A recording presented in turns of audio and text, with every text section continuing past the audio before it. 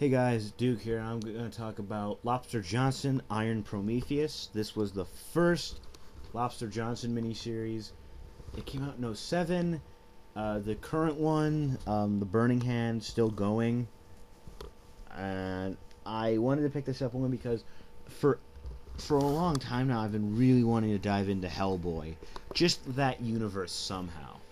And I got a few other trades, and I've also just been diving a lot more into an IDW book here and there, but I've been diving a lot more into Dark Horse than anything recently, along with Vertigo and all that, but definitely diving into Dark Horse.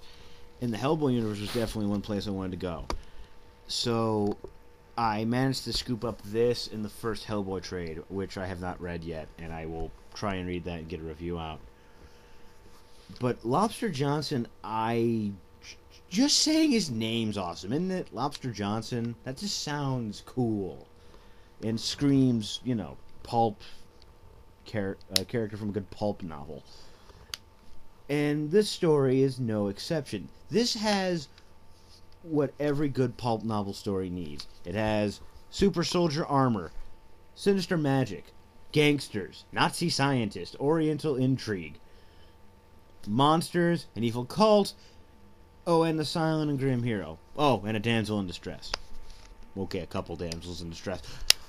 Pretty much a lot of cool ideas here. The story's a very interesting one. It basically, there's this professor. He's invented this super soldier armor powered by energy harnessed from ancient people from some mild Uptopia or something like that. I can't even remember that part.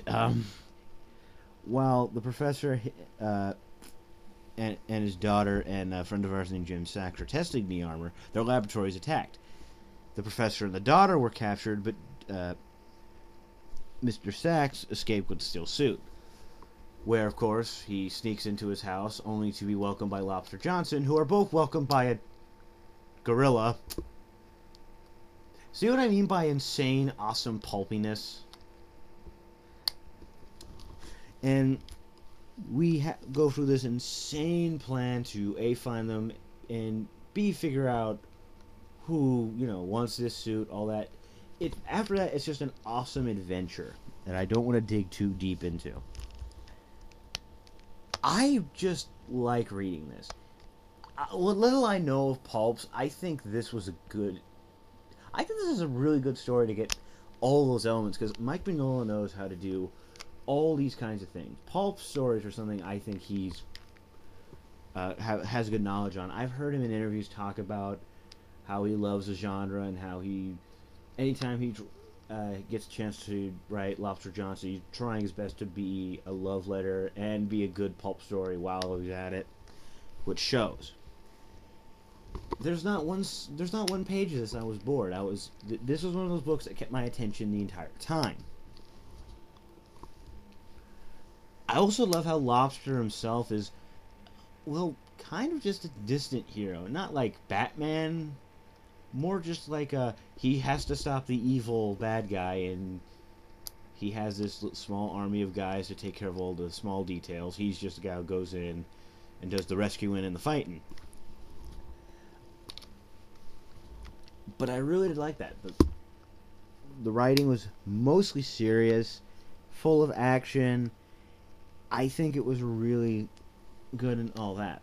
But another strong part about this was the art. The art was done by Jason Armstrong, who I don't know what else he's done recently, but I really do like it. It's this cool merge of Mignola and Darwin Cook, in my opinion.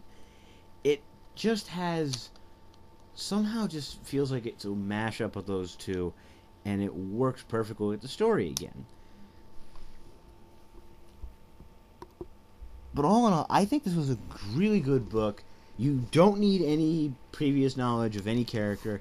You get up to speed on who the character is. If you're worried about reading some Hellboy comics, don't worry. There's absolutely no references or anything to Hellboy or BPRD in this universe. It's completely self-contained. It's a great book. I suggest you guys go and hunt it down. It definitely one of my favorite trades I've read in a really long time.